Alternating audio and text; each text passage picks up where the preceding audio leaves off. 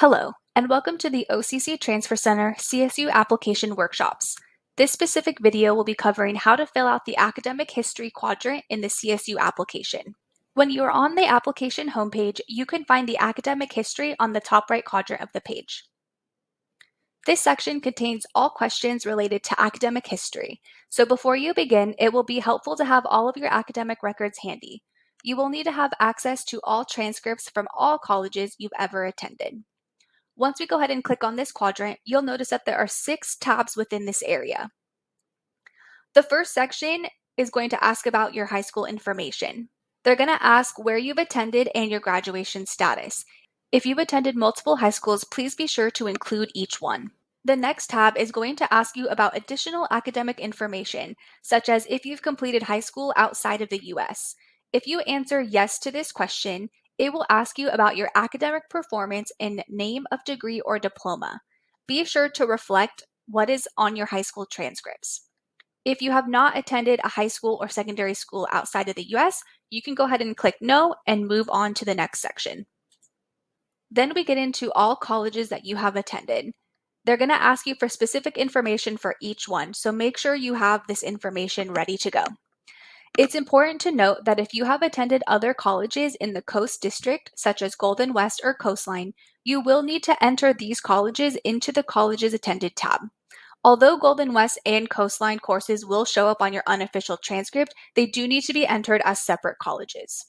So as an example here, I have Orange Coast College and Coastline Community College. Let's go ahead and jump into the Orange Coast College. It's first going to ask the college you've attended, so you can go ahead and type that in there. The next question is going to ask, did you obtain or are you planning to obtain a degree from this college or university? If you don't know your answer definitively, this is a good opportunity for you to make an appointment with the counselor to confirm whether or not you are going to be earning a degree. If you select no, that means you will not be earning an AA, an AS, an ADT from Orange Coast College. You will then be prompted to the next questions. If you are earning a degree and you select yes, then it's going to ask you some additional information. It's going to ask you to indicate whether your degree has already been awarded or if it's in progress. If you have already submitted a graduation application and your degree has been posted on your unofficial transcripts with the conferment date, that means the degree has been awarded. If you are currently taking courses or you plan to still take courses to earn your degree, that means you will select my degree is still in progress. However you respond, it's going to ask what type of degree you are earning and what your major is. If you're earning an associate's degree for transfer, it's going to ask you to specify whether you are earning an Associate's of Arts for transfer or an Associate's of Science for transfer. If you are unsure which type of ADT you are earning, you can check your degree works, or you can always check in with the counselor before you submit this information on the application. So if we toggle down to select degree type, it'll say Associates of Arts for transfer or an Associates of Science for transfer. Now, for my non-ADT applicants who are earning an OCC degree, you may choose one of the following options: an Associates of Arts or an Associates of Science. For this example, I'm working towards the Business Administration major, so I'm going to go ahead and select the Associates of Science for transfer. You can then go ahead and select what your major is. So as mentioned, I'm doing Business Administration 2.0, which is right there. Next, it will ask, when did you or when will you earn this degree? If you have already earned the degree and it's been awarded and reflected on your unofficial transcripts, you have the date that it's been earned. If it is in progress, please list the month and year you anticipate earning the degree. For this example, I'm completing this in spring of 2026, so I'm going to go ahead and reflect the month and the date of when I'm completing my associate's degree. It will then ask if you are earning a minor. Transfer students may leave this blank. If you are a student that is considering doing a minor, this is something that you will choose and select once you transfer to the 4-year campus. The next question asks what term system your college uses. Orange Coast College is on a semester system. If you attended another college, it's imperative that you know whether or not the college was on a quarter, semester, or trimester system. The next question asks what your tuition status is at that college, so make sure you are filling this out appropriately. Lastly, it's going to ask when you attended this college. You're first going to want to start by adding the first semester that you attended, utilizing the semester, month, and the year that you began at that college. Then you will list the last semester that you attended the college. If you are currently still enrolled at that college, then you would click check here if you are still attending this college or university. Then you can go ahead and click save. Again, we are adding all colleges that you've ever attended. Even if you just took one class there, you're still going to make sure that you add these classes. So you would just use the add a college or university to add all the institutions you've attended. The next section is the transcript entry, and this is where you're going to be spending a bulk of your time. This is where you will enter all of the courses that you've ever taken as they appear on your transcript. You will be reporting everything, including withdrawals, repeated coursework, and failed coursework. This is not the time to hide anything from the universities, as they will find out once they request official transcripts. Again, to help you with this portion, it is super helpful to have copies of all of your transcripts to ensure you are entering in everything accurately. You will be entering each course under the semester you took them. You will begin by adding a semester and the year. As an example, I'll go ahead and show you what this looks like.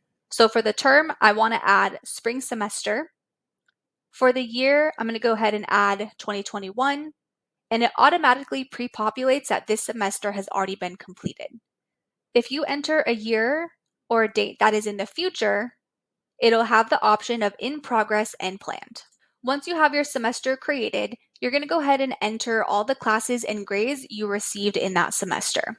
You'll first want to start with the course code, which will be the department prefix. As an example, I'm going to show you how to enter this in. So I want to go ahead and add in English 100. If you'll notice when I type in English, all the English classes will pre-populate, and I can go ahead and select English 100. You'll notice that the course title and the units pre-populates for me as well, along with the transferable box. So the only thing that I need to do is go ahead and enter the grade that I received. Then if you click anywhere on the page, the CAS grade will pre-populate for you, and then you can go ahead and save. It is imperative that you double check everything that is pre-populated to make sure it matches your transcript. If your class is not pre-populating, you will need to go ahead and enter the course in manually as it appears on your transcripts. As an example, I took a math support for college algebra this semester. So I'm going to go ahead and type in Math A 91, and you'll notice that nothing pops up. If that is the case, you still need to enter the course. You'll just have to manually type in the course title, the units, and your grade. You'll also notice that this box for transferable did not automatically pre-populate. That is because Math 91 is not a transferable course. As a reminder, courses 100 and above in the Coast District are transferable. If you've attended other colleges, please make sure you check with that institution for their transferable courses. When you're inputting the courses in your transcript entry, it's important to identify courses if you've repeated them or if you've submitted and gotten approved for academic renewal. For admission purposes, the CSUs will honor grading policies of an institution where credit was earned by accepting official transcript entries, including those reflecting academic renewal, repeats, and incomplete grades. So this essentially means that the CSU will honor whatever grading policies that college honors as well. So for Orange Coast, if you repeat a course that you've previously failed and you take it again and get a passing grade, we will alleviate the first attempt since you repeated the course and passed the second time. Let's go ahead and discuss some of the scenarios that you could come across if you have academic renewal, repeated coursework, or non-passing grades. In the fall 2021, you'll notice that I took Math 115 College Algebra. I happened to withdraw from this class this semester, and I received a W on my transcripts, so I'm going to go ahead and put a W there.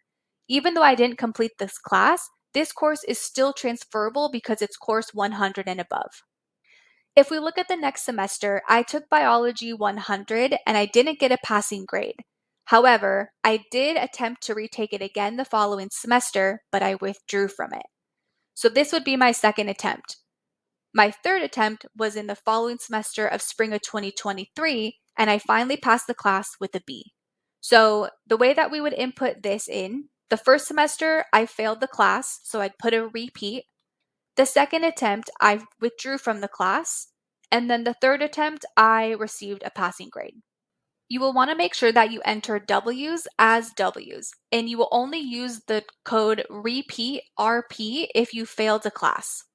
Another example of a repeated course is if the class is in progress. If we scroll down to spring of 2025, I did not pass Econ 175.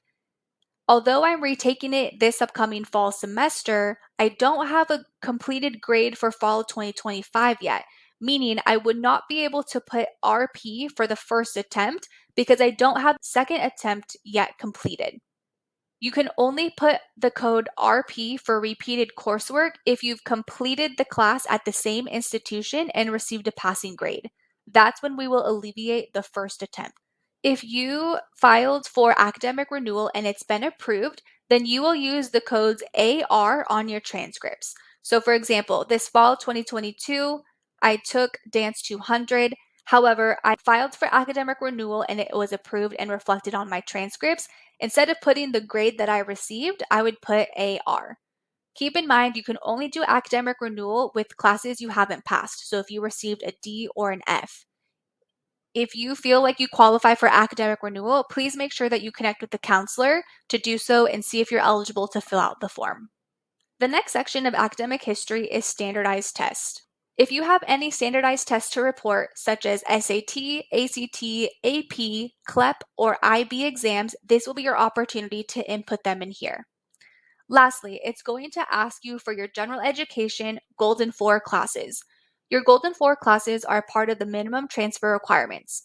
Without one of these courses, your admissions could be impacted.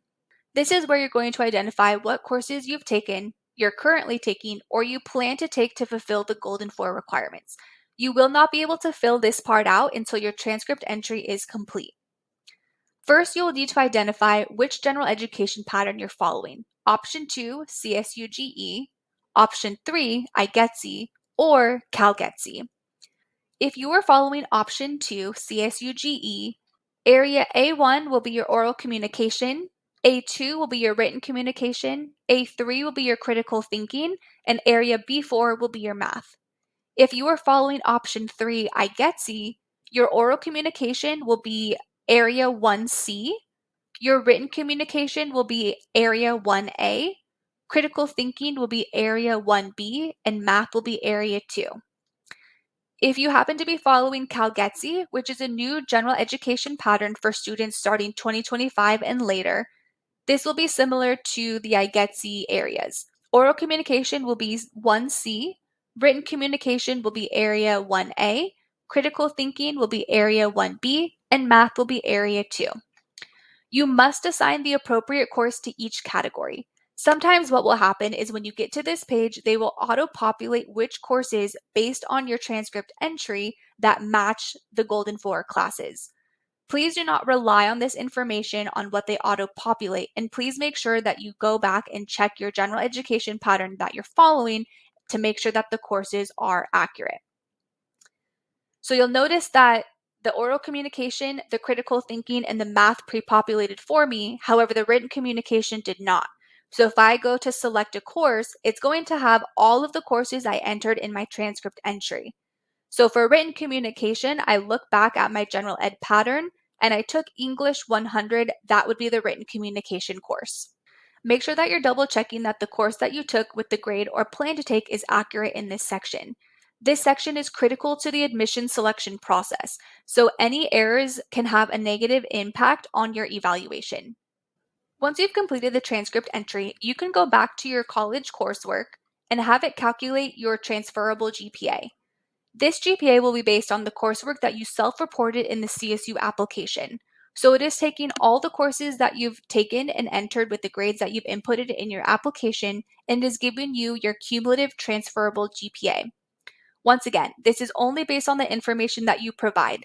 We also strongly recommend that each applicant calculate their own CSU GPA and then compare it to the CSU application transferable GPA as a strategy to verify.